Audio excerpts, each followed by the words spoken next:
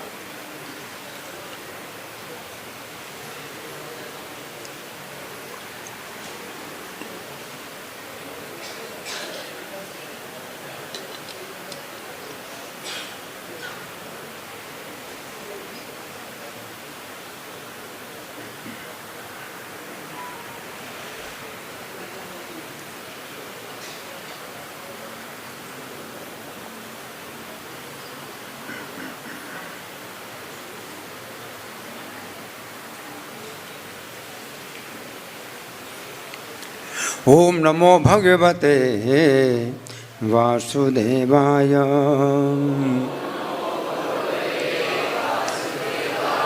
ओम नमो भगवते वासुदेवाय।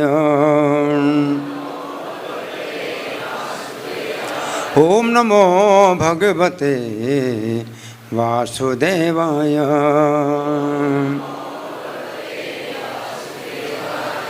ग्रंथराज श्रीमद्भागवतम स्कंद 8 अध्याय 12। अध्याय का नाम है मोहिनी मूर्ति अवतार पर शिव जी का मोहित होना और श्लोक संख्या 16। तो मेरे पीछे बोलें। तत्ते हम दर्शयिष्यामि दिदृक्षो सुरसत्तम कामिनां बहुमन्तव्यम् संकल्पे प्रभवोदयम् तत्तेऽहं दर्शयिष्यामि दिदृक्षो सुरसत्तम कामिनां बहुमन्तव्यम् संकल्पे प्रभवोदयम् तत्तेऽहं दर्शयिष्यामि दिदृक्षो सुरसत्तम कामिनां बहुमन्तव्यम् संकल्पे प्रभवोदयम्। बोलिए।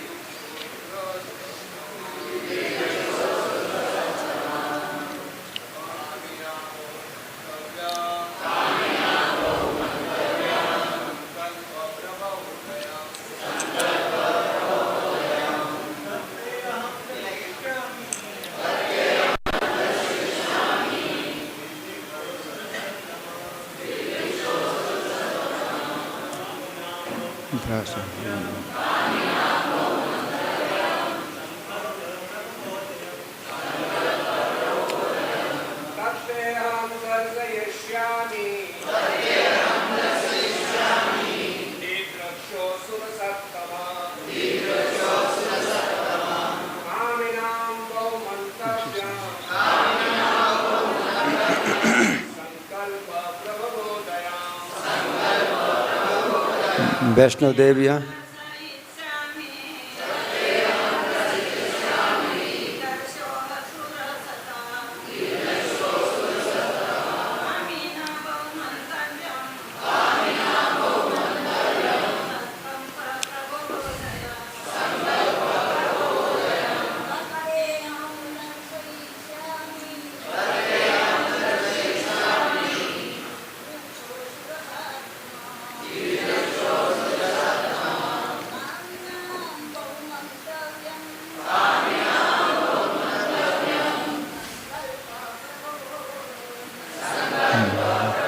शब्दार्थ बोलिए। तत् वह, ते आपको, अहम मैं, दर्शयिष्यामि दिखलाऊंगा, दिदृक्षो हो देखने के इच्छुक, सुरसत्तम हे देवताओं में श्रेष्ठ, कामिनाम कामी पुरुषों के, बहु अत्यंत, मंतव्यम आराधना का लक्ष्य, संकल्प कामेच्छाएँ, प्रभव उदयम प्रबल रूप से जगाते हुए। अनुवाद मेरे पीछे बोलिए। हे देव श्रेष्ठ, अब मैं आपको अपना वह रूप दिखाऊंगा जो कामी पुरुषों द्वारा अत्यधिक सराहा जाता है। चूँकि आप मेरा वैसा रूप देखना चाहते हैं, अतएव मैं आपके समक्ष उसे प्रकट करूँगा। तो तात्पर्य पढ़ने से पहले समझेंगे कि ये श्लोक कौन कह रहे हैं। कौन कह रहे हैं श्लोक? भगवान बोल रहे हैं। किससे बोल रहे हैं? शिव जी से बोल रहे हैं। और किस समय बोल रहे हैं? कि जब शिव जी ने विष पिया था तो समुद्र मंथन जब हुआ तो सबसे पहले जो रत्न निकला वो सबसे बड़ा रत्न था। क्या था? विष। इसे कोई नहीं चाहता। सब भयभीत हो गए, अपने प्राण संकट में, सबके प्राण संकट में पड़ गए। तो शिव जी से कहा आप ही इस रत्न को लीजिए, इस रत्न को आप ही लीजिए, आपके लायक है। और शिव जी ने वो उस विष को पिया। और शिव जी ने विष को पिया तो उनके पास इतनी शक्ति थी कि उनके शरीर में कोई बाधा नहीं होगी। लेकिन तो भी उसने बाधा डाली शिव जी के शरीर में, तो उन्हें कुछ क्या हुआ, उसका प्रभाव पड़ा और कुछ समय के लिए वो कैसे हो गए, मूर्छित हो गए। तो शिव जी की तो विष के प्रभाव से उनको आगे की घटनाएं कुछ पता नहीं चली। तो फिर और भी जितने रत्न निकले शिव जी को पता नहीं चला कुछ भी कि किसको कौन सा रत्न मिला। लेकिन उनको पता चला कि अंत में भगवान ने मोहिनी अवतार धारण किया था। तो शिव जी बड़े लोभी हैं भगवान के अवतारों के। ये महान भक्ति के लक्षण हैं, बहुत महान भक्त हैं। इसलिए उनको बड़ा लोभ होता है कि मैंने इस अवतार को तो देखा नहीं, जो विष के प्रभाव से मैं जो है मतलब हो गया, बेहोश हो गया, और मुझे इस अवतार के तो दर्शन ही नहीं हुए। तो इस अवतार के दर्शन के लिए साक्षात भगवान के पास पहुँचे कि आप मुझे उस अवतार को दर्शन कराइए कि मैं तो नहीं देख पाया। तो भक्तों के अंदर ये लोभ होता है कि भगवान का अवतार हो गया और मैं देख नहीं पाया भगवान का अवतार। तो भगवान के पास आ गए कि आप मुझे जो है अपने उस अवतार के दर्शन कराइए जिस अवतार में आपने असुरों से अमृत को छीन करके देवताओं को अमृत पिलाया, है ना। तो उस समय जो है भगवान जो है मतलब ये बताते हैं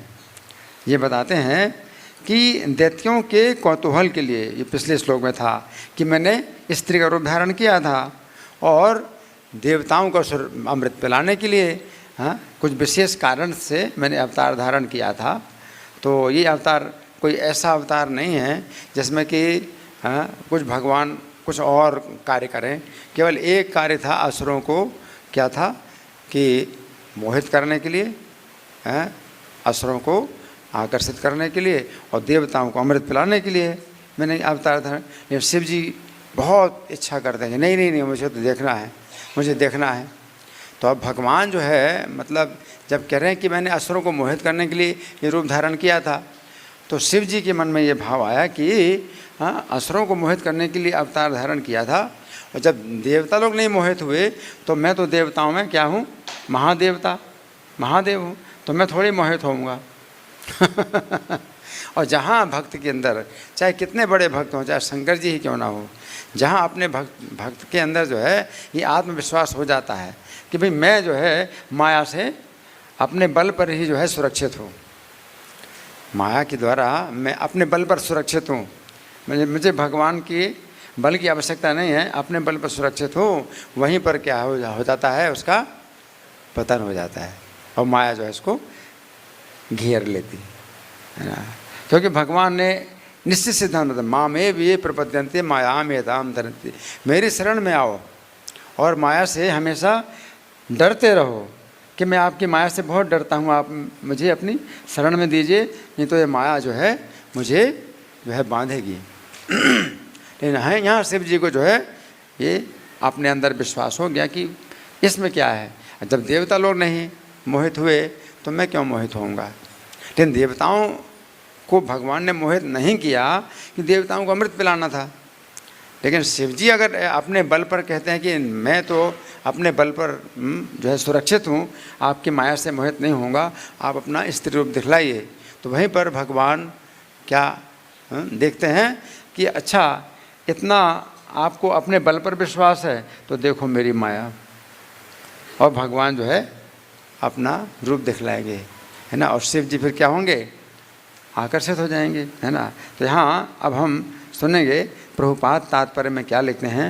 श्रील प्रभुपाद की जय। शिव जी द्वारा भगवान श्री विष्णु से स्त्री का सबसे अधिक आकर्षक रूप प्रकट करने के लिए कहना निश्चय ही एक परिहास का विषय था। परिहास मतलब मजाक।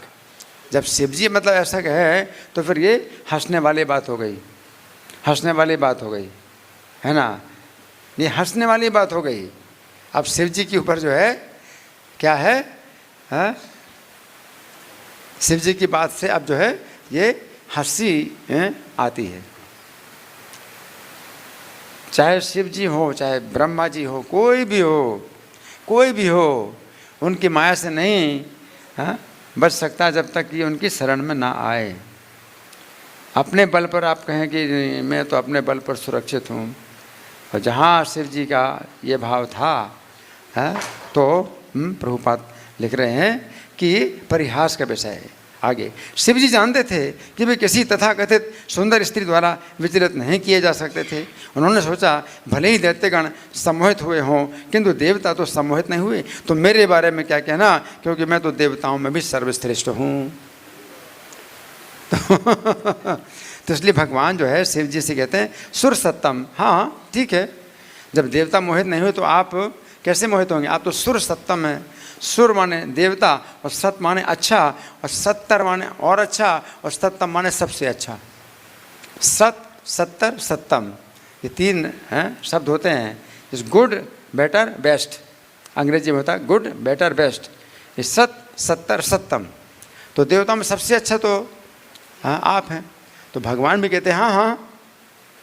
तो भगवान उनका अनुमोदन कर रहे हैं, ऊपर से अनुमोदन कर रहे हैं, और अंदर से क्या कह रहे हैं, हाँ कि देख लेना तुम कि क्या हाल होता है तुम्हारा।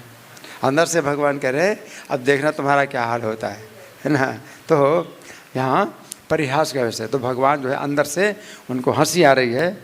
हाँ तो यहाँ प्रभुपाद लिख रहे हैं कि फिर भी शिव जी ने श्री भगवान को स्त्री रूप में देखना चाहा, अतः भगवान श्री विष्णु ने स्त्री का रूप धारण करने का निश्चय किया और उन्हें ऐसा रूप दिखाना चाहा जो उन्हें तुरंत ही काम वासना के समुद्र में डाल दे। अतः भगवान श्री विष्णु ने शिव जी से कहा मैं आपको अपना स्त्री रूप दिखलाऊंगा, किंतु यदि आप काम वासना से विचलित हो गए तो मुझे दोष मत देना। क्योंकि आप जो है आप अपने बल पर खड़े हैं, है ना, आपको जो है मेरे बल की आवश्यकता नहीं है, हैं, आप अपने बल पर खड़े हैं, ठीक है। अब देखो मेरा स्त्री रूप देखो। आगे प्रभुपाद लिखते हैं, कामी लोग स्त्री के आकर्षक अंगों की प्रशंसा करते हैं, किंतु जो लोग ऐसी काम वासना से परे हैं और जो कृष्ण भावनामृत के पद को प्राप्त हैं, जो कृष्ण भावनामृत पद को प्राप्त हैं, उन्हें मोहित कर पाना अत्यंत कठिन है। तो यहाँ पर इस श्लोक में क्या भगवान कह रहे हैं कि कामी नाम बहु मंतव्यम, कामियों को के लिए वो बहुत मंतव्य है, यानी बहुत प्रशंसित है और बहुत उसकी चाहत होती है, और वो लोग जो है इस रूप को देखना चाहते हैं। जो भी सुंदर स्त्रियां हैं, जो एक्ट्रेस हैं, जो अभिनेत्रियां हैं, फिल्मों में काम करने वाली, तो लोग जो है उनके चित्र अपने लगाते हैं, अपने ऑफिस में लगाते हैं, अपने टेबल में लगाते हैं, हर जगह देखना चाहते हैं, गाड़ियों में लगाते हैं। तो कामियों को बहुत मंतव्य, बहुत, और वो चाहते में क्या, संकल्प प्रभुओदयम, जो काम का जो है, जो प्रबल, जिसमें काम प्रबल रूप से जागे, तो ऐसी जो स्त्री का रूप है वो जो है देखना चाहते हैं, और वो जो है उसमें जो है हमेशा आसक्त रहते हैं, है ना। लेकिन जो भक्त लोग होते हैं काम संकल्प वर्जिता, यहाँ पर है संकल्प, काम संकल्प, है ना, संकल्प प्रभुओदयम। तो जो भक्त होते हैं तो काम संकल्प वर्जिता, काम संकल्प से वर्जित होते हैं। तो अगर वो देखते भी हैं तो इस तरह से देखते हैं जैसे सामान्य रूप से देखते हैं। कोई भी सुंदर स्त्री हो उसको सामान्य रूप से देखते हैं, उसका जो है कुछ विशेष आदर नहीं करते कि आप सुंदर हो तो आप मैं ज़्यादा आदर करूँगा। जो कामी होते हैं वो ज़्यादा आदर करते हैं कि आप सुंदर हैं तो बहुत आदर करेंगे और बड़ा सम्मान देंगे और बड़ा उनको जो है वो करेंगे, जिससे कि संगति अधिक से अधिक उनको संगति मिले या देखने का अवसर मिले। और जो असुर लोग थे वो ऐसे ही थे। असुरों को जो है जैसे ही मोहिनी रूप में भगवान मिले तो स्त्री का रूप देख करके जो अमृत के लिए लड़ाई कर रहे थे, एक दूसरे छीना छपटी कर रहे थे, वो छीना छपटी सब समाप्त हो गई। अमृत का कला सब किसके पास है, किसी को चिंता नहीं, सब देख रहे हैं उस स्त्री को। ये बड़ा अमृत है? अब इस अमृत की क्या ज़रूरत है? और उस स्त्री को ही अमृत दे देते हैं कि तुम जो है अमृत बांट दो या तुम जो है ना बांटो, तुम खुद अमृत पूरा पी लो या फेंक दो, जो कुछ भी करो तुम्हारी मर्जी, हम तुमको खुश करना चाहते हैं। इतना जो है उनको खुश करने की इच्छा हुई कि अमृत से क्या ज़रूरत है, बस ये खुश रहे हमारे ऊपर और मुस्कुरा करके देखती रहे, बस हमारा सबसे बड़ा अमृत यही है। काम नाम बहु मंतव्य, इतना मंतव्य है कि अब जो है अमृत के लिए जो है उनका मंतव्य खत्म हो गया। अमृत फीका पड़ गया, ये अमृत है, सौंदर्य अमृत ना। लेकिन जो भक्त होते हैं तो उनके लिए कुछ अंतर नहीं पड़ता, कोई सुंदर स्त्री हो या जो है कुरूप स्त्री हो, वो माता के रूप में मानते हैं। तो जो देवता लोग हैं वो भगवान को माता के रूप में देख रहे थे, कि माता है हमें अमृत पिलाएगी। तो वो जो है अमृत पीने की लालसा में बैठे थे कि माता अमृत पिलाएगी, और असुर लोग सोचते हैं कि ये जो है मतलब हमारे लिए भोग की वस्तु है, इसको हम भोगें, और क्या भोगें, इसका सौंदर्य देखें, तो देखते ही रहें। तो ये जो है उनके अंदर इच्छा होती है इससे देखने की। तो यहाँ प्रभुपाद लिख रहे हैं कि कामी लोग स्त्री के आकर्षक अंगों की प्रशंसा करते हैं, किंतु जो लोग ऐसी काम वासना से परे हैं और जो कृष्ण भावनामृत पद को प्राप्त हैं, उन्हें मोहित कर पाना अत्यंत कठिन है। फिर भी श्री भगवान की परम इच्छा से सब कुछ हो सकता है। यही शिव जी की परीक्षा करने का उपाय था कि वे अविचलित रह सकते हैं या नहीं, है ना।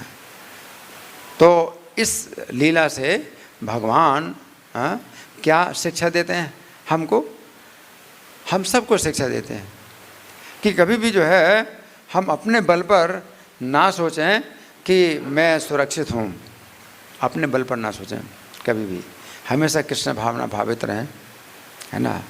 और नहीं तो जो है माया, माँ का मतलब नहीं और या माने जो नहीं है वो दिखाई देती है, उसमें सुख दिखाई पड़ता है, लेकिन उसमें मिलता क्या है, दुख ही दुख मिलता है। हाँ, प्रभुपाद भी प्रार्थना करते थे। प्रभुपाद अर्चा विग्रह के सामने खड़े होते थे काफ़ी देर तक, और कुछ प्रार्थना कर रहे हैं। तो भक्तों ने पूछा, आप क्या प्रार्थना कर रहे हैं प्रभुपाद? तो प्रभुपाद ने कहा कि मैं ये प्रार्थना कर रहा था कि मैं कभी भी माया में ना गिरूं, है ना। तो शिष्यों को जो है बड़ा आश्चर्य हुआ कि आप प्रार्थना कर रहे हैं, आप तो माया से बहुत ऊपर हैं। लेकिन प्रभुपाद कहते हैं कि यही मेरे शिष्यों में कमी है कि वे माया से डरते नहीं हैं। तो भगवान की माया से हमेशा डर करके रहना, कि भगवान जो है उनको अभिमान जरा भी पसंद नहीं है। ईश्वरस्य अभिमान द्वेष्यत्वात् दैन्य प्रियत्वाच्च, ईश्वर को अभिमान से द्वेष है और दीनता प्रिय।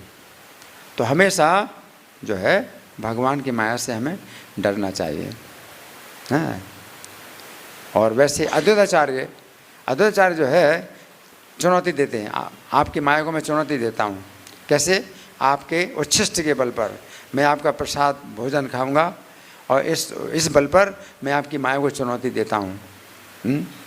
तो वो भी जो है भगवान के प्रसाद के बल पर है कि मैं आपकी माया को चुनौती देता हूँ। तो ये इसमें अपना बल नहीं है ना। तो भगवान का उच्छिष्ट खाता हूँ मैं, इसलिए मुझे माया से कोई डर नहीं है। तो इस तरह से ये भी देखने में तो लगता है कि हाँ बड़ा चुनौती दे रहे हैं, आपकी माया को मैं चुनौती देता हूँ, हाँ। लेकिन यहाँ पर वास्तव में बल भगवान से ही प्राप्त कर रहे हैं कि भगवान के प्रसाद का बल है ना। तो यहाँ पर जो है प्रभुपाद का तात्पर्य समाप्त हुआ। तो इस श्लोक में जो है भगवान यही कह रहे हैं कि दिदृक्षो माने आपकी देखने की इच्छा है, और इसलिए आपकी देखने की इच्छा है कि आप सोचते हैं कि आप जो है सुरक्षित रहेंगे और आप देवताओं में सबसे श्रेष्ठ हैं। तो मैं दिखाता हूँ, अब मैं दिखाता हूँ, है ना। तो भगवान जो है इस प्रकार से शिव जी को कह रहे हैं। और इस श्लोक का जो हिंदी पद्यानुवाद है वो मैं पढ़ के सुनाता हूँ। हे देव श्रेष्ठ, आज आप रूप वो देखना चाहते हैं। हे देव श्रेष्ठ, आज आप रूप वह देखना चाहते हैं। दिखलाऊंगा रूप वही जैसे आप देखना चाहते हैं। दिखलाऊंगा रूप वही जैसे आप देखना चाहते हैं। किंतु वह रूप तो कामी पुरुषों के लिए ही था धरा। किंतु वह रूप तो कामी पुरुषों के लिए ही था धरा, क्योंकि वह तो काम भाव ही उत्तेजित करे सदा। क्योंकि वह तो काम भाव ही उत्तेजित करे सदा। तो ये पद्यानुवाद है। अब हम एक और विचार करेंगे कि असुरों के बीच में भगवान ने स्त्री का रूप धारण किया।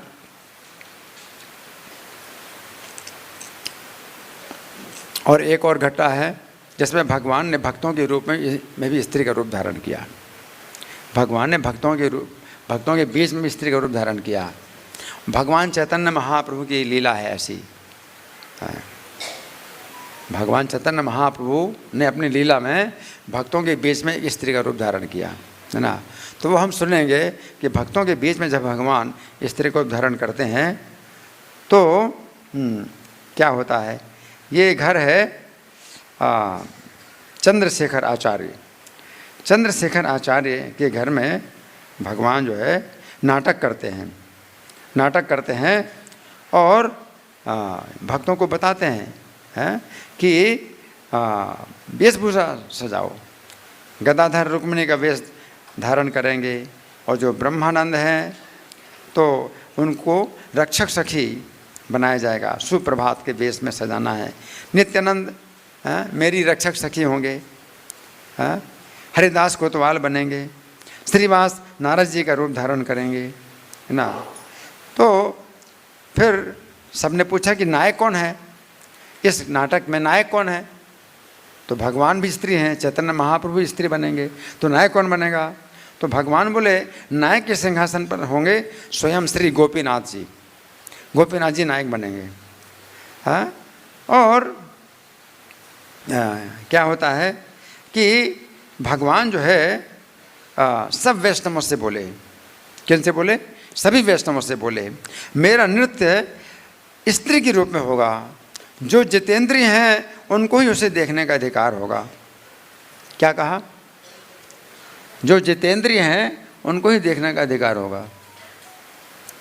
तो भक्तों ने शिव जी की तरह गलती नहीं की कि हम तो जितेंद्रिय हैं, हम देखेंगे। अगर ऐसा कहोगे तो गए। तो भगवान ने कहा कि मैं जो है स्त्री के रूप में नृत्य करूँगा। जो जितेंद्रिय हैं, जो जितेंद्रिय हैं उनको ही उसे देखने का अधिकार होगा। अतएव आज मंडप के भीतर वही जाएं जो इंद्रियों को बस में रखने में समर्थ हैं, वही मंडप में जाएंगे। कौन जाएंगे? जो इंद्रियों को बस में रखने में समर्थ हैं वही मंडप में जाएंगे, है ना। तो सावधान सावधान। कभी नहीं ऐसा कहना कि नहीं नहीं नहीं ठीक ठीक है, मैं बहुत सुरक्षित हूँ, ऐसा अपने बल पर नहीं कहना, है ना। तो भगवान कहते हैं प्रकृति स्वरूप नृत्य हाई बे आमार, देखी तेजे जितेंद्रिय तार अधिकार, सही से जाए बे आजी बाड़ी रे भीतरे, जय जन इंद्रिय धरी ते शक्ति धरे। आज प्रभु लक्ष्मी जी के बेस में नृत्य करेंगे। ये सुनकर तो वैष्णवों को बड़ा आनंद हुआ, परंतु अंत में प्रभु ने जो बात जोर देकर कही उससे सुनकर सब उदास हो गए। भगवान नृत्य करेंगे लक्ष्मी के बेस में तो बहुत आनंद हुआ, लेकिन भगवान ने जो बात सबसे अंत में कही उसको सुनकर के सब क्या हो गए? क्या हो गए? उदास हो गए। सब लोग उदास हो गए। होना चाहिए, खुश नहीं होना चाहिए, उदास होना चाहिए। भगवान अगर ऐसा कहें कि जो जितेंद्रिय वो आए, और आपने कहा, इसका मतलब आप कहाँ गए? मैदान में आ गए, खुले मैदान में आ गए, खुले मैदान में आ गए आप, है ना। बहुत खतरा। तो सब भक्त उदास हो गए। लक्ष्मी वैसे अंक नृत्य कार्य बैठा कुर, सकल वैष्णव रंग बाड़ी ले प्रचुर, शीर्ष प्रभु का था खाने का ही लेना दृढ़, सुन यहाँ हिला सबे बेसा देते बड़। अतः सबसे पहले अद्वैताचार्य ने पृथ्वी पर रेखा खींची। क्या? सबसे पहले अद्वैताचार्य ने पृथ्वी पर रेखा खींची। सबसे बड़े भक्त हैं वो। रेखा खींची। क्या खींची रेखा? आज नृत्य देखना मेरा काम नहीं है। क्या? रेखा खींच दी। क्या? आज नृत्य देखना मेरा काम नहीं है। सबसे विनम्र, सबसे बड़े भक्त हैं तो सबसे ज़्यादा विनम्र हैं। और क्या कहा? रेखा खींच के कहा आज नृत्य देखना मेरा काम नहीं है। अद्वैताचार्य ने कहा हाँ, मैं अजितेंद्रिय हूँ, मैं मंडप में नहीं जाऊंगा। क्या कहा? मैं मंडप में नहीं जाऊंगा, मैं अजितेंद्रिय हूँ। अद्वैताचार्य तो कितने महान वैष्णव हैं, कितने शुद्ध हैं, लेकिन क्या कह रहे हैं अपने को? मैं अजितेंद्रिय हूँ, मैं मंडप में नहीं जाऊंगा। सबसे बड़े भक्त, सबसे बड़े नेता, भक्तों के नेता, है ना, वो ऐसा बोले, है ना। अद्वैताचार्य बोले सर्वदे भूमित अंग दिले न आचार, आदि नृत्य दर्शन मोर नाही कार, आमी से अजितेंद्रिय न जाई में तथा, श्रीवास पंडित कहे मोर वही कथा। अब श्रीवास पंडित बोले मेरी भी यही बात है। क्या? श्रीवास पंडित क्या बोले? मेरी भी यही बात है, मेरी भी यही बात है। ये सुनकर प्रभु तनिक मुस्कुराकर बोले तुम लोगों के ना जाने पर फिर मैं किसको नृत्य दिखाऊंगा? भगवान कहते हैं तुम लोग अगर नहीं जाओगे तो मैं किसको नृत्य दिखाऊंगा? हाँ। प्रभु चैतन्य देव सर्वज्ञ हैं, अतः बोले किसी के लिए चिंता की बात नहीं, आज तुम सब लोग महायोगेश्वर हो जाओगे। तो भगवान ने अपनी तरफ से कहा हरि बोल। ये तरीका है। आप अपने बल पर जो है इंद्रियों को नहीं जीत सकते। और कभी कहा ऐसा अपने बल पर मैं इंद्रियों को जीत लिया तो गए, फिर भक्ति से आप गिर गए। अब भगवान कहते हैं आज तुम सब लोग महायोगेश्वर हो जाओगे, कोई चिंता नहीं। भगवान कह रहे हैं अब क्या है? सुरक्षित। अब सब जाने के लिए तैयार, खुश हो गए सब लोग। तो भगवान जो है जब कहें तो तो भगवान कहते हैं किसी के लिए चिंता की बात नहीं, आज तुम सब महायोगेश्वर हो जाओगे, अतः मुझे देखकर किसी को मोह नहीं होगा। सर्वज्ञ चूड़ामणि चैतन्य गोसाई, पुण्य आज्ञाकारी लेने का से चिंता नहीं। महायोगेश्वर आज तुम्हारा हाईबा, देखिया हमारे के हो मोह ना पाईबा। और प्रभु की आज्ञा को सुनकर अद्वैत और श्रीवास सब भक्तों के सहित बड़ा आनंद हुआ, सबको आनंद हुआ। क्या भगवान ने कह दिया, अब क्या, अब कोई चिंता नहीं, हरि बोल। सबको आनंद हुआ और सब जो है प्रभु विश्वंभर आचार्य चंद्रशेखर के घर में आए। किसके घर में आए? आचार्य चंद्रशेखर के घर में आए। सुनिया प्रभु रे आज्ञा अद्वैत श्रीवास, सभा रे साहित्य महा पाइला उल्लास। सर्वगण साहित्य ठाकुर विश्वंभर, चलिला आचार्य चंद्रशेखर रे घर। माता सची भी प्रभु के लक्ष्मी रूप के अति अद्भुत नृत्य को देखने के लिए अपने पुत्र वधू के सहित चली। माता सची भी अपने पुत्र को जो है देखना चाहते हैं लक्ष्मी के रूप में नृत्य करें, तो माता सची के लिए तो बड़े जो है आनंद की बात है। अपने पुत्र वधू को लेकर के वहाँ पर चली, है ना। चंद्रशेखर के भाग्य की यही सीमा है, किसी घर में प्रभु ने ये महिमा प्रकाशित की। सब वैष्णवों के साथ प्रभु गौरचंद्र बैठ गए और आपने सबको अपना अपना श्रृंगार करने के लिए कहा। हाँ, तो इस तरह से वर्णन आता है।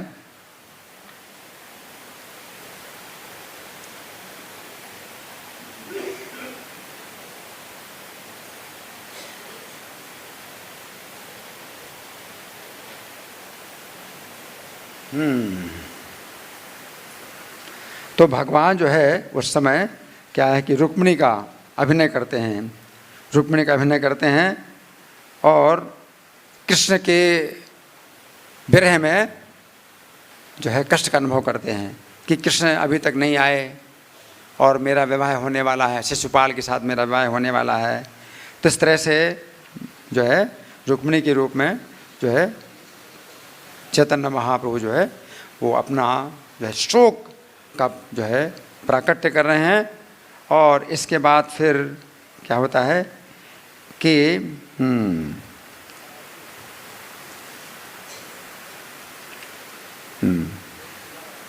अब जो है दूसरा, अब जो नाटक का दृश्य आता है उसमें क्या होता है कि महाप्रभु विश्वंभर ने आद्याशक्ति के वेश में प्रवेश किया।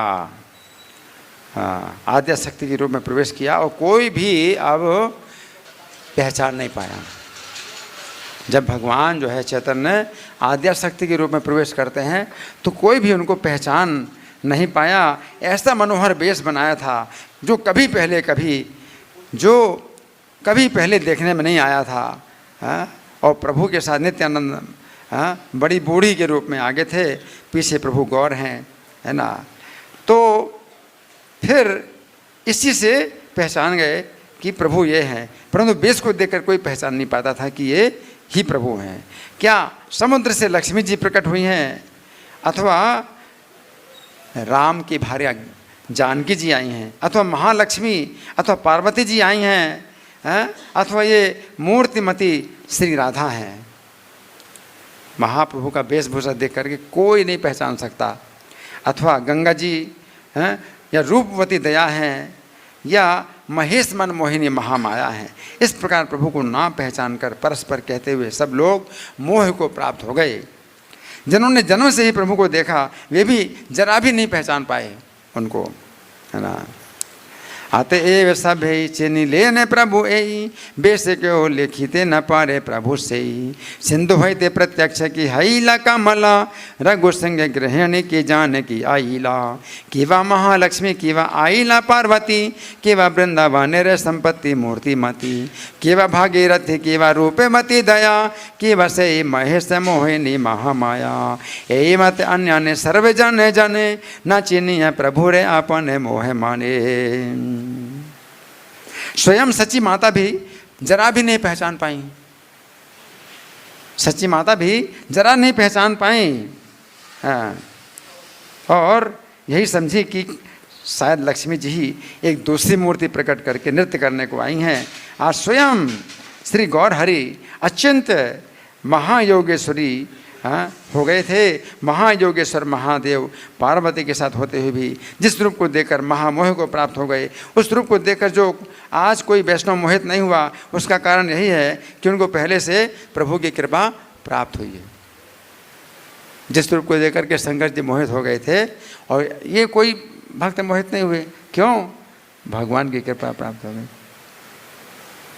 तो ये अंतर है। शिव जी बोले मैं देखना चाहता हूँ, मैं देखना चाहता हूँ, तो अपने बल पर वो बोले, भगवान कहते मैं ठीक है मैं दिखाता हूँ।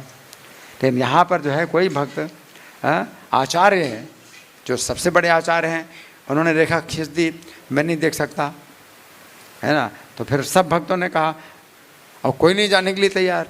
भगवान कहते फिर मैं किसको नृत्य दिखाऊंगा, ठीक है तुम लोग महायोगेश्वर हो जाओ, है ना। तो इस तरह से जो है फिर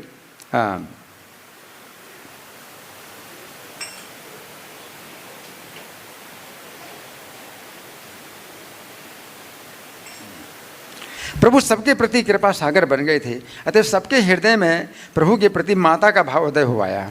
आज तो परलोक से जननी आई है, अतएव आनंद से पुत्रगण अपने को भूल गए हैं। सब क्या सोच रहे हैं?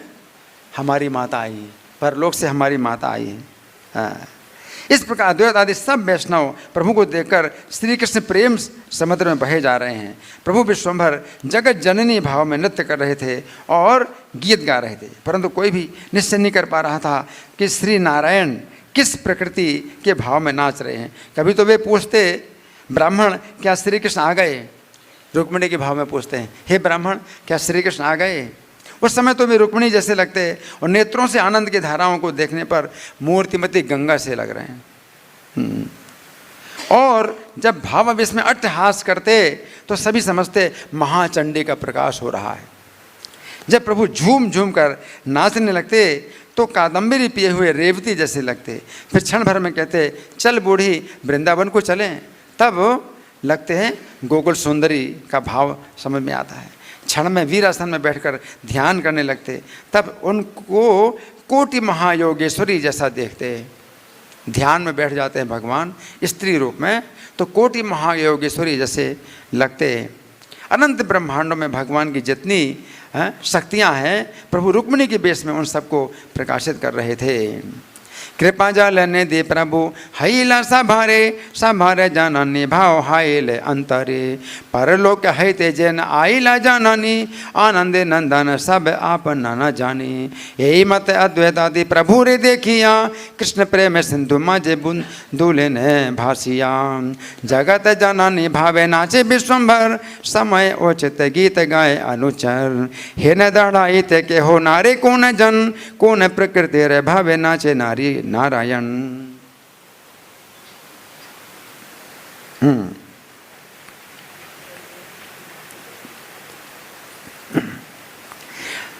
तो श्री कृष्णचंद्र जो कुछ सिखाते हैं वही सत्य है, अभागे पापियों की बुद्धि से ग्रहण नहीं करती है।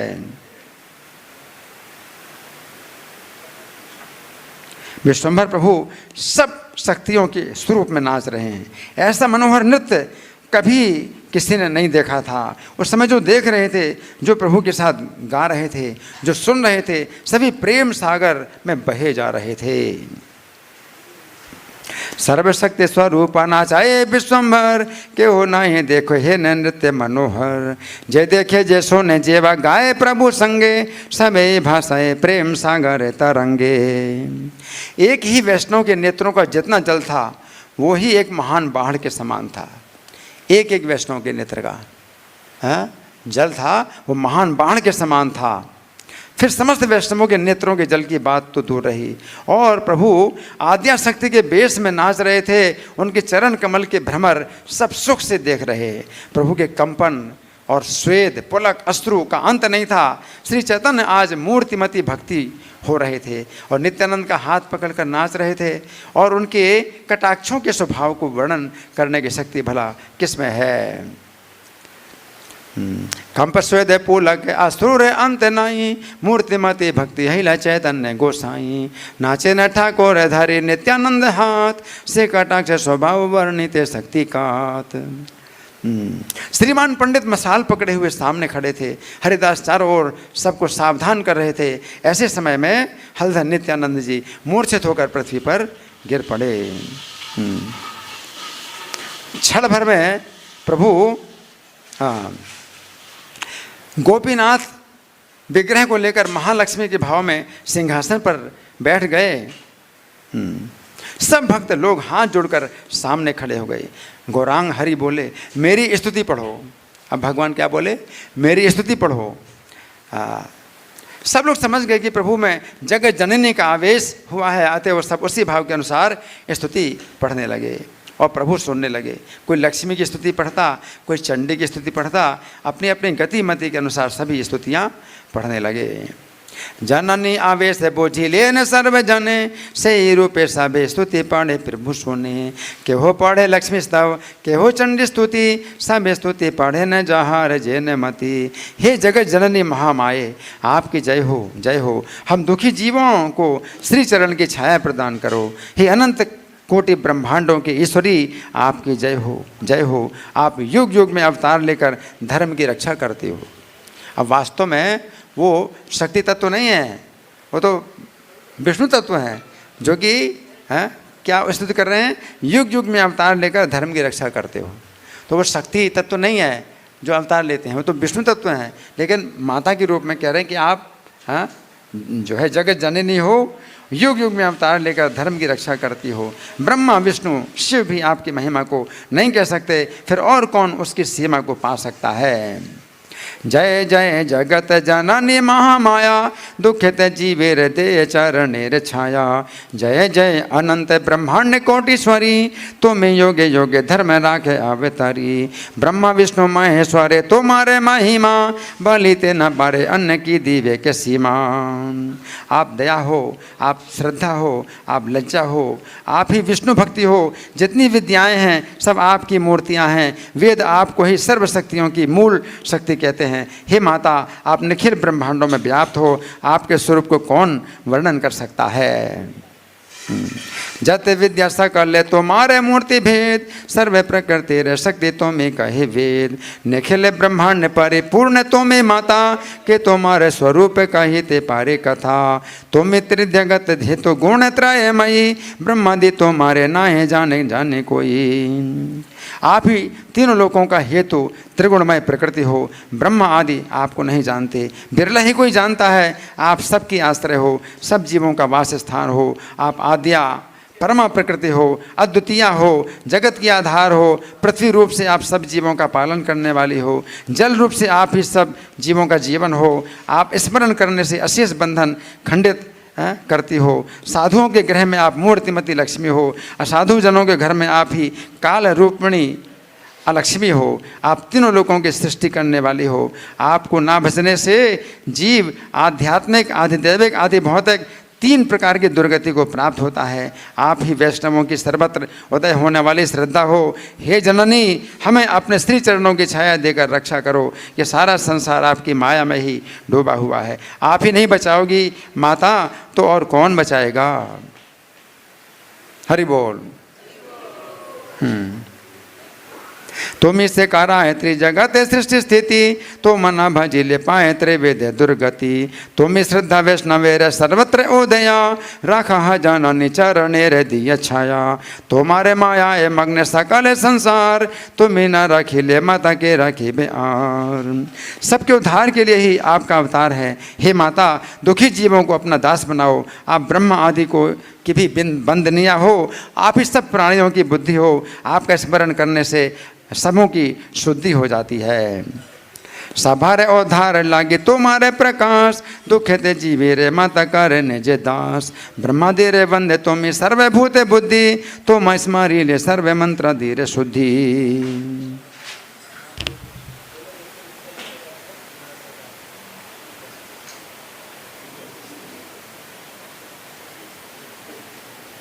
इस प्रकार सब भक्तों ने स्तुति की और वरदानों को देने के लिए उद्यत महाप्रभु ध्यान पूर्वक सुन रहे हैं। माता के रूप में भगवान जो है ध्यान पूर्वक सब भक्तों की स्तुति सुन रहे हैं। सब लोग बार बार दंडवत प्रणाम कर करके श्लोक पढ़ते हुए स्तुति करते, हे माता, हम सब ने आपकी शरण ली है, ऐसी शुभ दृष्टि करो कि आपके चरणों में हमारा मन रहे। इस प्रकार सब ही निवेदन कर रहे थे और भुजा ऊपर उठाकर रो रहे थे। सभी भक्त क्या कर रहे हैं? भुजा ऊपर उठाकर क्या कर रहे हैं? रो रहे हैं। भुजा ऊपर उठाकर रो रहे हैं। सही मत सब करे न निवेदन, ऊर्ध बाहुकारी सब करे न क्रंदन। घर के भीतर सब स्त्रियां रो रही हैं। चंद्रशेखर के भवन में आनंद उमड़ रहा है। उस आनंद में किसी को बाहर की कोई शुद्ध बुद्ध नहीं। ऐसे समय में रात्रि पूरी बीत गई। रात्रि का पता नहीं चला। रात्रि कैसे बीत गई? रात्रि बीत गई। रात्रि पूरी बीत गई। आनंद में किसी को रात बीत जाने की खबर नहीं रही। उधर अरुणोदय की घोर लालिमा ने आकर प्रवेश किया। अब वो बहुत बुरा लग रहा है। जो अरुणोदय हुआ सूर्य का, वो बड़ा बुरा लगा सबको, बहुत बुरा लगा। जबकि बहुत शुभ समय होता है, भक्तों के लिए बड़ा अशुभ समय था वो अरुणोदय। है रात्रि शेष हुई तो नित्य भी शेष हुआ। ये सबकी छाती में महाबाण जैसा लगा। अब नित्य बंद हो गया भगवान का, तो महाबाण जैसे लगा छाती में। सब लोग चमक कर चारों ओर देखने लगे। रात तो बीत गई कहकर जोर जोर से रोने लगे। जैसा दुख उस समय सब वैष्णवों के हृदय को हुआ, वैसा दुख करोड़ों पुत्रों के शोक में भी नहीं होता है। जैसा दुख हुआ, भगवान का नित्य बंद हो गया, तो जो दुख हुआ करोड़ों पुत्रों के शोक में भी ऐसा दुख नहीं होता है। ऐसा दुख हुआ। आनंदे ना जाने के हो निसी भेल शेष, दारुण आरुण आसी भेल परवेश। पोहाइल निसी हैला नित्य अवसान, बाजिल सभारे बुके जे न महाबाण। जिस दुख से वैष्णव सूर्य की ओर देखने लगे, उससे तो वो भस्म हो जाता। बड़े दुख से देख रहे सूर्य को, तो सूर्य भस्म हो जाता। परंतु प्रभु की कृपा उस पर रहने के कारण सूर्य भस्म नहीं हुआ।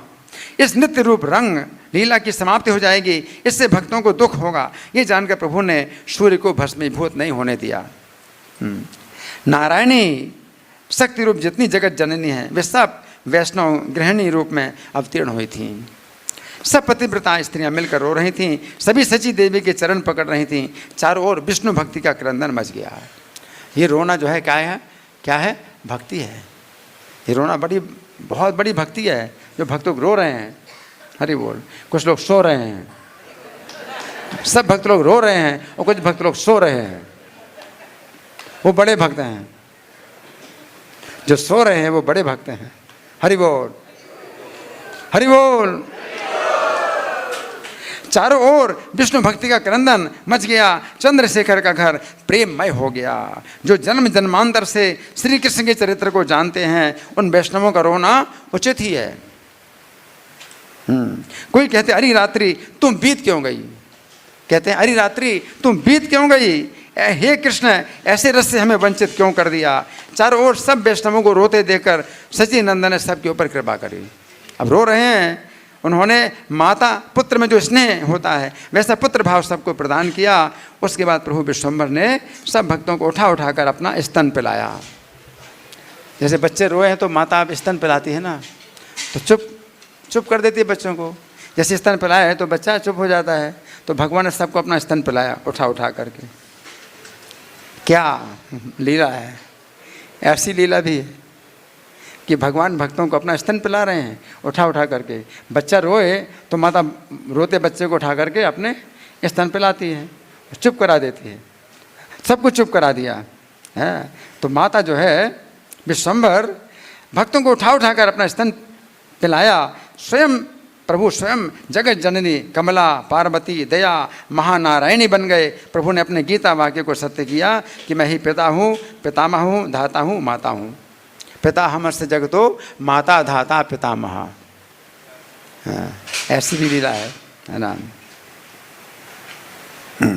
मातृभावे विश्वम्भर साभरे धरिया, स्तनपान कराए परम स्निग्ध हैया। कमला पार्वती दया महानारायणी, आपने हैला प्रभु जगत जननी। सत्य करी लेन प्रभु आप नारे गीता, आमी पिता पितामह आमी धाता माता। वैष्णव जो करोड़ करोड़ जन्मों के महाभाग्यवान थे, सब बड़े आनंद में स्तनपान करने लगे। क्या है? बड़े आनंद में स्तनपान करने लगे। स्तनपान करने से सबका विरह दूर हो गया, सबका रोना दूर हो गया, संतुष्ट हो गए, तृप्त हो गए। बच्चा जो है फिर रोना बंद कर देता है ना, तृप्त हो जाता है। तो भगवान जानते हैं, तृप्त करना भी जानते हैं सबको। सब प्रेम रस में महामत वाले होठे, इन सब लीलाओं की कभी कोई समाप्ति नहीं होती है। केवल आविर्भाव तिरोभाव ही वेद कहते हैं, आविर्भाव तिरोभाव होता है। महाराज राजेश्वर ने नदिया में ऐसा लीला विनोद किया, अखिल ब्रह्मांड में जितने पदार्थ हैं चैतन्य के रूप हैं। श्री चैतन्य अपनी इच्छा से स्वांग सजते हैं, इच्छा से मिटा देते हैं, इच्छा से सृष्टि करते हैं, इच्छा से लय कर देते हैं। ऐसा कौन है जो उनकी इच्छा के अनुसार ना चले? ऐसा कौन है जो क्या? ऐसा कौन है जो उनकी इच्छा के अनुसार ना चले? तथापि उनका स्वांग सब सुसत्य है। जीवोद्धार के लिए आपका ये सब महत्व है। ये तत्व ना समझकर कोई पापी जन प्रभु को गोपी कहते हैं, वे आत्मघात करते हैं। प्रभु के गोपी भाव का अद्भुत नृत्य चारों वेदों का धन है। ये जो नृत्य है गोपी भाव का, ये क्या है? चारों वेदों का धन है। क्या है? चारों वेदों का धन है। इसके श्रवण से कृष्ण भक्ति होती है।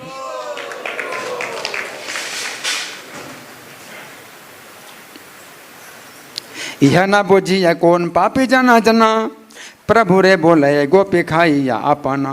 अद्भुत गोपी का नृत्य चारि वेद धन, कृष्ण भक्ति है यह करिले श्रवण। जिस लीला में गौरचंद्र ने लक्ष्मी वेश बनाया था, उसमें प्रभु नित्यानंद बड़ी बूढ़ी सखी बने थे। श्री गौर सुंदर जिस रूप में विहार करते हैं, नित्यानंद उस समय उसके अनुरूप अपना रूप बनाते हैं।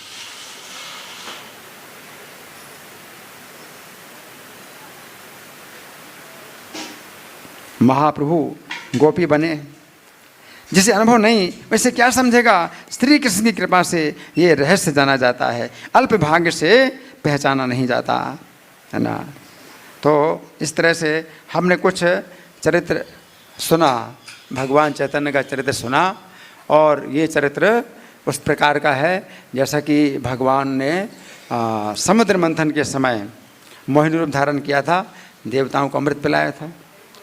तो वहाँ देवताओं को अमृत पिलाया और यहाँ सब भक्तों को अपना स्तन पिलाया, अपना स्तन पिलाया, है ना। वो अमृत, वो अमृत से भी महाअमृत भगवान ने पिलाया, है ना।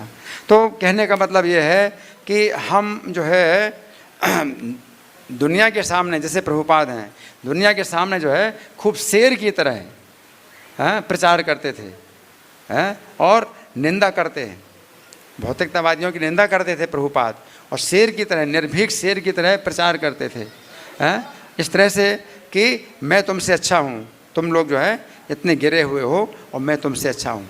तो प्रचार करते थे कि तुम लोग भी मेरी तरह बनो। तो इस तरह से निंदा करके भी लोगों को जो है क्या भक्त बनाते थे। लेकिन वही प्रभुपाद जो है जब भगवान के सामने खड़े होते हैं तो कैसे होते हैं? बिल्कुल दीनहीन, बिल्कुल निर्बल। तो ये जो है तरीका होता है वैष्णव का। अब भक्तों के बीच में जब प्रचार करता है तो वो जो है खूब शेर की तरह प्रचार करता है ना, निर्भीक होकर प्रचार करता है और निंदा करता है, हम भक्त हैं और तुम भक्त नहीं हो, है ना। इस प्रकार से वो निंदा करता है और अपने को अच्छा बताता है ना। ये एक तरीका है प्रचार करने का, हम अच्छे हैं तुम बुरे हो, और इस तरह से तुम अपनी बुराई छोड़ो, तुम भी अच्छे बनो। इस प्रकार से निंदा करना जरूरी है प्रचार में, और प्रभुपाद निंदा करते थे। लेकिन वही प्रभुपाद जब भगवान के सामने खड़े होते हैं या पूर्ववर्ती आचार्यों के सामने खड़े होते हैं तो अपने को क्या मानते हैं? बिल्कुल निर्बल, बिल्कुल नालायक, मैं किसी काम का नहीं हूँ, अकिंचन हूँ, बिल्कुल। तो ये तरीका है ना। तो प्रभुपाद ही कहा करते, शिक्षा ही दी, बाहर जाओ प्रचार करो शेर की तरह, लेकिन मंदिर में भक्तों के बीच में क्या, मेमना की तरह रहो। मेमना बिल्कुल जो है डरता है कि हमसे कोई अपराध ना हो जाए, वैष्णवों का अपराध ना हो जाए। लेकिन कुछ भक्त लोग जो है उल्टी चाल चलते हैं, तो बाहर तो मेमना की तरह डरते रहते हैं, खुशामद करते हैं कि भैया चेक दे दो, भैया मेंबर बन जाओ, तो खुशामद करते हैं, और मंदिर के अंदर जो है शेर की तरह रहते हैं। ये पतन का कारण है, ये पतन का कारण है। भक्तों के बीच में मेमना की तरह रहो, हैं, कि मुझसे कोई अपराध ना हो जाए, बहुत डरो, अपराध, वैष्णव अपराध से डरो, है ना। भगवान के सामने भी जो है तिन्नादपि सुने से तिनके से भी ज़्यादा नीचा बन करके रहो, और बाहर जो है प्रचार करो, शेर की तरह प्रचार करो। तो प्रभुपाद कितना जो है कठोर शब्द बोलते थे उनको, है ना, अभक्तों को। और वो जो है वो प्रचार के लिए आवश्यक है कि वो जो है समझें कि वो कितने गिरे हुए हैं, कितने निंदित हैं, कितनी दुर्गति हैं पाएंगे, और वो इस प्रकार से भक्त बने। तो वही प्रभुपाद जो है कैसे हो जाते हैं, वैष्णवों के पूर्ववर्ती आचार्यों के सामने अपने को क्या मानते हैं कि मैं बिल्कुल नालायक हूँ, मैं किसी काम का नहीं हूँ। क्या बोलते थे, मेरा अपना कुछ भी नहीं है, मैं कुछ भी नहीं कर सकता, मेरे गुरु ने ही तुम लोगों को भेजा मेरे पास, तो मेरी सहायता करने के लिए, नहीं तो मैं क्या कर सकता हूँ। तो प्रभुपाद जो है अपने को बहुत क्या मानते हैं, दीन हीन है और निर्बल है, इस तरह से मानते हैं। तो ये जो है तरीका है ना। ठीक है, अभी हमारे पास कुछ समय है, आप लोगों के साथ में कोई विचार, कोई प्रश्न, कोई चर्चा, या मैं प्रश्न करूं? मैं प्रश्न करूं? ठीक है, मैं प्रश्न कर रहा हूं। तो भगवान यहाँ शिव जी को कहते हैं सुर सत्तम। तो सुर सत्तम, सत्तम का क्या अर्थ है? सत्तम शब्द कैसे बना, कौन बताएगा? हैंड माइक है, हैंड माइक, हैंड माइक दीजिए, इनको दीजिए, इनको दीजिए। हरे कृष्णा। तुम बताओगे, इनको दो। Good better best. क्या? Good better best. Good better best, हाँ, इनको बताओ, इनको। हाँ बताइए, सत्तम शब्द कैसे बना? सर प्रभु जी, सत्तम मतलब 70 सेकंड डिग्री, थर्ड डिग्री सत्तम, मतलब सत्तर सत्तम। हाँ, मतलब श्रेष्ठ माने अच्छा है ना, और 70 माने ज़्यादा अच्छा, और सत्तम माने सबसे अच्छा। इस तरह से देवता में सर्वश्रेष्ठ हैं। तो भगवान जो है शिव जी को कहते हैं, तो शिव जी का अनुमोदन कर रहे हैं कि हाँ, आप जब देवता लोग नहीं मोहित हुए तो आप क्यों मोहित होंगे, आप तो देवताओं में सबसे अच्छे देवता हैं, सबसे ऊंचे देवता हैं, है ना, इसलिए मैं दर्शन कराऊंगा।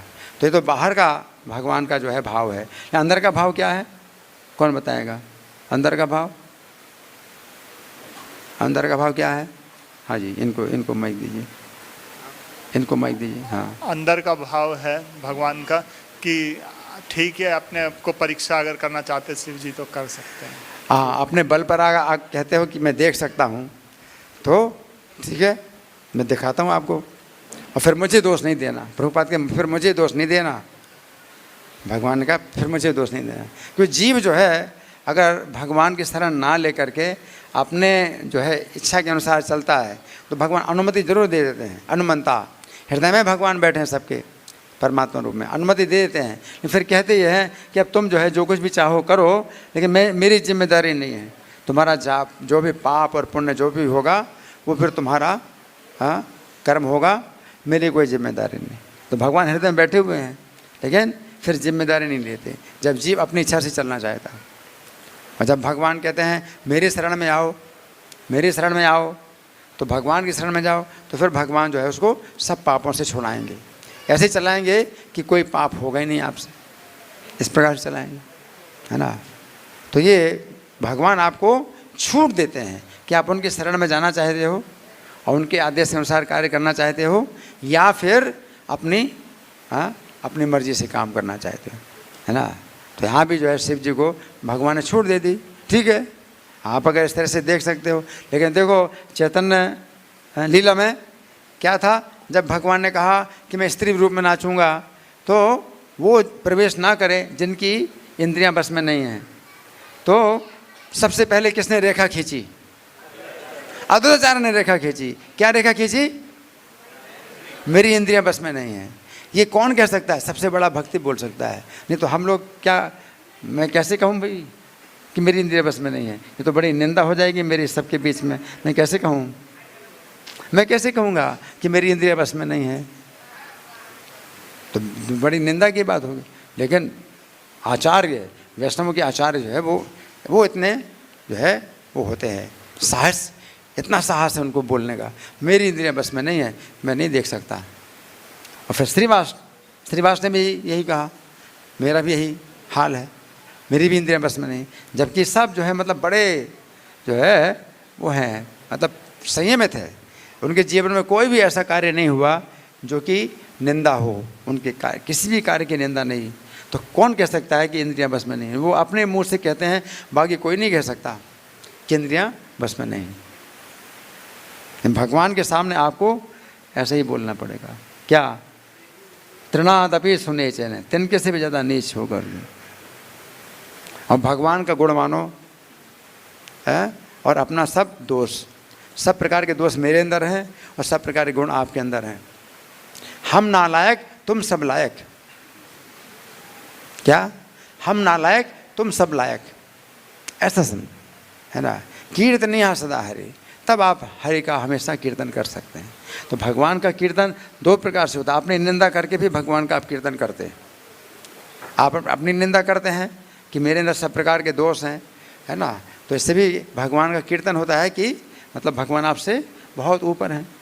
और दूसरा, भगवान का गुणगान करते हैं, है ना, तो वो तो भगवान को अपने ऊपर उठाया ही, लेकिन अपने को नीचा करते हैं तो भी आप भगवान को ऊपर कर रहे हैं ना। अगर भगवान को ऊपर नहीं कर रहे हैं तो भी भगवान ऊपर हो गए तो आप अपने को नीचा कर रहे हैं। ठीक है ना। धन्यवाद। ग्रंथराज श्रीमद् भागवतम की जय, श्रील प्रभुपाद की जय। हरे कृष्ण।